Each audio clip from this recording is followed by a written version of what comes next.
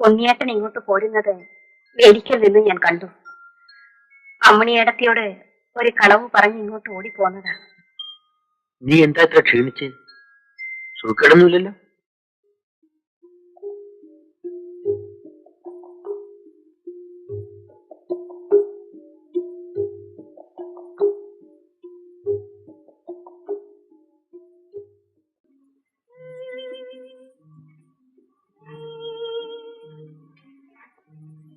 ഉണ്ണിയേട്ടന് ഇനിയൊരു കല്യാണമൊക്കെ വേണ്ടേ?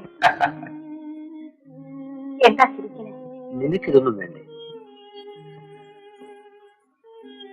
ഉണ്ണിയേട്ടൻ പറഞ്ഞ വേഷം മാറിയ കുമാരൻ ഇനിയും വന്നില്ല.